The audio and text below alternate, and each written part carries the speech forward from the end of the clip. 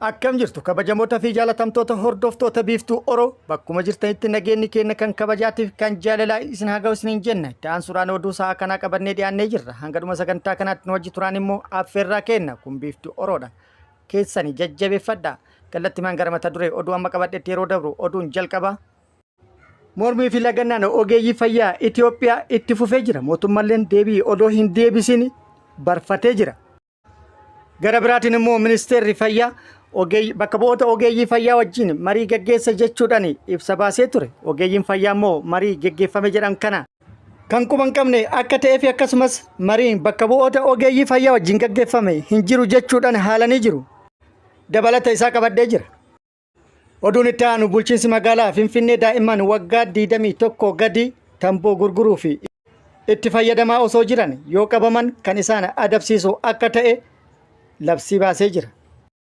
Oduun itti aanu oduu oolmaa Oromiyaati. Oduu oolmaa Oromiyaatti lolli Oromiyaa bakkoota garaagaraatti loltoota mootummaatti fi waraana bilisummaa Oromoo gidduutti gaggeeffamaa jiru akkuma itti fufetti jira. Lola bakkoota garaagaraatti gaggeeffamaa jiru kanarratti waraanni bilisummaa Oromoo loltoota mootummaa irratti haleellaa raawwatuun injifannoo argataa kan jiru akka ta'e kan ibse yoo ta'u, mootummaan gama isaatti haleellaa waraanni bilisummaa Oromoo irratti raawwataa jiru qolataa kan jiru akka ta'e himee jira. Guutuu oduu kanneenitii fi kan biroo wajjin isin wajjin kan turu ani Bariisoo Ganamooti. Guutuun oduu akka itti aanu kanatti isiniif dhiyaata. Mormii fi lagannaan hojii ogeessota fayyaa Itoophiyaa akkuma itti fufetti jira. Mootummaanis deebii osoo hin deebisin itti fufee jira. Callisa mootummaa irraa kan ka'e ogeeyyiin fayyaa lagannaa cinaa gara lagannaa guutuutti ceesisuuf akka karoorfatanis odeeffannoon bahaa jira. Kun akkuma jirutti ta'e tarkaanfiin ogeeyyii fayyaa kanarratti fudhatamaa jirus akkuma itti fufetti jira. Yoo xiqqaate ogeeyyiin fayyaa 80 ol hidhamuun beekamee jira. Doorsisaa fi akkasumas reebichis bakkoota garaagaraatti irratti raawwatamaa akka jiru odeeffannoon bakkoota garaagaraa irraa bahaa jiran ibsaa jiru. Kun akkuma jirutti ta'e ministeerri fayyaa Itoophiyaa hooggansaa fi bakka bu'oota waldaalee ogeessota fayyaa waliin haala yeroo kenniinsa tajaajila fayyaa fi dhimmoota ogeessota fayyaa irratti guyyaa kaleessaa mari'achuu beeksisee ture. Gara mootummaatiin kun yoo jedhamu gama ogeeyyii fayyaatti immoo mariin bifa kanaan gaggeeffame tasuma hin turre jechuudhaan marii gaggeeffame jedhame haalanii jiru. Ogeeyyii fayyaa qofa osoo hin taane qaamoleen garaagaraallee ibsaa ministeerri fayyaa baasee ture kana hedduun qeeqanii jiru. Ministeerri fayyaa marii kana gaggeesse kan jedhe guyyaa kaleessaa caamsaa 16 bara 2025 yoo ta'u, marii kana irratti haala gaafilee ogeessota fayyaa karaa sirrii fi seera qabeessa ta'een dhiyaachuu danda'an irratti mari'adhe jechuun ibsa baasee ture. Gama biraatiin immoo ogeeyyiin fayyaa Itoophiyaa kaffaltii madaalawaa fi haala hojii mijataa fi akkasumas gaafilee biroollee gaafachuun lagannaa hojii gartokkee adeemsisaa jiraachuu hordofee ogeeyyiin fayyaa to'annoo jala oolan gara 87tti akka siqe odeeffannoon bakkoota garaagaraa irraa ba'an ibsaa jiru. Hidhamuu doorsisuu fi akkasumas reebamuu ogeeyyii fayyaa kanaan wal qabatee Amnesty International naannolee Itoophiyaa hedduu keessatti humnoonni nageenya ogeessota fayyaa hidhaa jiraachuu akkasumas hojjettoota fayyaa hojii dhaaban irratti tarkaanfiin fudhatamaa jiru sirrii miti jechuun balaaleffatee jira. Gama biraatiin immoo ministeerri fayyaa lagannaan damee fayyaa keessatti raawwatamu seeraan dhoorkadha jechuudhaan ogeessota fayyaa hojii lagatan akka hojiitti deebi'an gaafatee jira. Kanneen didan irratti immoo tarkaanfii akka fudhatus beeksisee jira. Ejjannoon gama mootummaatii qabatame kun immoo rakkoo jiru kana kan araarsu yookaan kan walitti fiduu fi furmaata kan kaa'u akka hin taane hedduun kan tilmaaman yoo ta'u, mootummaan gaafii ogeeyyii fayyaa haala sirrii fi qixa ta'een deebii kennuun isarraa eegama jechuudhaan hedduun yaada kennanii jiru.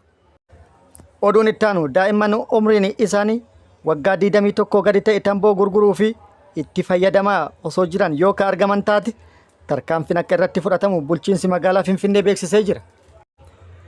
Dhaabbilee fayyaa bakka uummanni walitti qabamu akkasumas waajjiraalee mootummaa adda addaa keessatti sakatta'iinsa idilee raawwachuun magaalaa Finfinnee guutumatti tamboo xuuxuu irraa bilisa taasisuuf hojjetaa jira kan jedhe abbaan taayitaa nyaataa fi qorichaa bulchiinsa magaalaa Finfinnee beeksisee jira. Abbaan taayitichaa daa'imman umriin isaanii waggaa 21 gadi ta'e manneen daldalaa adda addaa fi daandii irratti tamboo gurguruu fi itti fayyadamaa yoo argaman tarkaanfiin kan irratti fudhatamu ta'uu labsii 11 loosaa 12/2011 baheen daayirektarri qajeelcha to'annoo nyaataa fi fayyaa abbaa taayitaa obbo Isheetuu Geetaachoo himanii jiru. Akkasumas tamboo xuuxuun walqabate kaansarii, dhukkuba onnee, dhiiga sammuu keessatti dhangala'u, dhukkuba sombaa fi sukkaaraa akkasumas dullummaan gogaa saffisaan dhufu balaa guddaa rakkoo kanaati jedhee jira. Waraanni bilisummaa Oromoo zoonii kaaba Oromiyaa godina Wallootti humnoota mootummaa irratti tarkaanfii fudhateen miidhaa dhaqqabsiisuu beeksisee jira. Godina Walloo aanaa baatee naannoo magaalaa baatee iddoo addaa faca'aa jedhamutti haleellaa humnoota mootummaa irratti raawwateen tokko battalumatti addunyaa kanarraa godaansisee lamammoo madoodhaan adabee kan hafte baqattee yookaan dheettee akka duubatti deebite himamee jira. Humnoonni mootummaa baqattee duubatti deebi'uun namoota nagaa irratti haaloo akka baates haaloo baateenis miidhaa akka dhaqqabsiiftee fi qabeenya uummataa akka mancaaste odeeffannoon achirraa nu ga'e ibsee jira. Oduun injifannoo baha Oromiyaa irraa nu geetteen baha Oromiyaa Harargee lixa guyyaa kaleessaa waraanni bilisummaa Oromoo haleellaa loltoota mootummaa irratti raawwateen miidhaa guddaa dhaqqabsiisinu injifannoo dorgommii hin qabne irratti argadhe jechuun odeeffannoo inni nuun ga'e isiniin geennee turre dabalata odeeffannoo kanaa qabna. Caamsaa 16/2025 Harargee lixaa aanaa Hancaar bakkoota garaagaraatti haleellaa kan raawwate yoo ta'u bakkoonni haleellaa itti raawwates ganda yookaan araddaa miidhagduu fi araddaa ofii bakka addaa gaara dindiin jedhamutti haleellaa raawwateen loltoota mootummaa miidhaa irraan dhaqqabsiisee jira.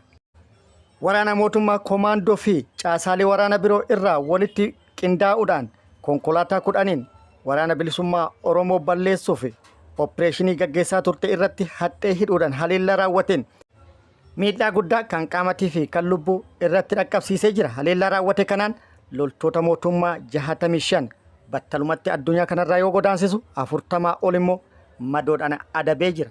Akkasumas meeshaalee waraanaa hedduu xiqqaa hanga guddaatti irraa hiikkatus waraanni bilisummaa Oromoo odeeffannoo kana ibsee jira. Akkasumas waraanni bilisummaa Oromoo zoonii giddugala Oromiyaa kibba lixa Shaggara aanaa Walmaraatti haleellaa cimaa loltoota mootummaa irratti raawwatuun miidhaa guddaa loltoota mootummaa irratti dhaqqabsiisuu beeksisee jira.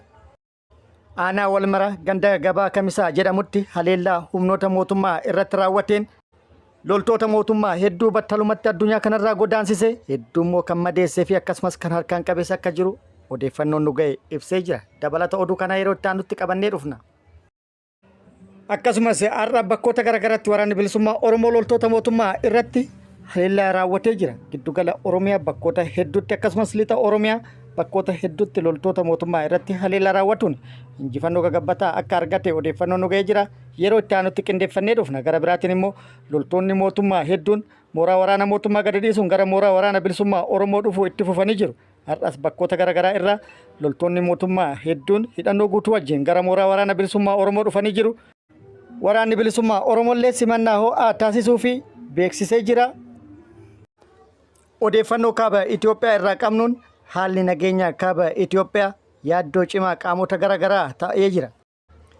Muummichi ministeera Itoophiyaa Abiy Ahmad erga TPLF paartii siyaasaa irraa boordii filannoo biyyoolessa Itoophiyaatiin haqamuun labsamee booda haasaan TPLF irratti xiyyeeffatuun taasise yookaan immoo akka inni jedhetti TPLF erga beekamtii dhaaba siyaasummaa irraa haqame erga boordiin filannoo beekamtii dhaaba siyaasaa irraa haqe gara lolaatti yookaan gara wal waraansatti seenna jechuun isaa doorsisa jechuudhaan TPLF kallattii hundaan of qopheessaa akka jiru beekamee jira. TPLF durmallee of qopheessaa kan ture yoo ta'u yeroo ammaa kanatti hariiroo qaamolee garaagaraa waliin uumuun akkasumas humna waraanaa TPLF gama Suudaanitti ce'ee ture gara biyyattiitti deebisuun yeroo ammaa kana of cimsaa akka jiruu fi gara daangaa naannichaatti siqsuudhaan haala ta'uu danda'u hordofaa jira jechuudhaan odeeffannoon gara sirraa baate ibsitee jirti. Kun akkuma jirutti ta'e akkasumas qophii taasifamaa jiru irratti hundaa'uudhaan xiinxalli qaamota garaagaraa irraa kennamaa jiru akka akeekutti yooma badhaadhinni illee lola irraa dhaabe TPLF badhaadhinarraa lola waan hin dhaabne fakkaata jechuudhaan tilmaama isaanii kaa'anii jiru. Hundumaafuu waan ta'u of durri kan agarsiisu ta'a. Kabajamoota fi jaalatamtoota hordoftoota biiftuu Oro oduu namaaf qabadde kan hanga ammaa kana guutuu oduu wajjin isin wajjin ka ture ani Bariisoo Ganamooti. Hanga yerootti aanutti deebinee wal agarrutti nageenyi Rabbi isiniif haa baay'atu. Nagatti nu turaan immoo hawwii kenna. Nagatti nu tura.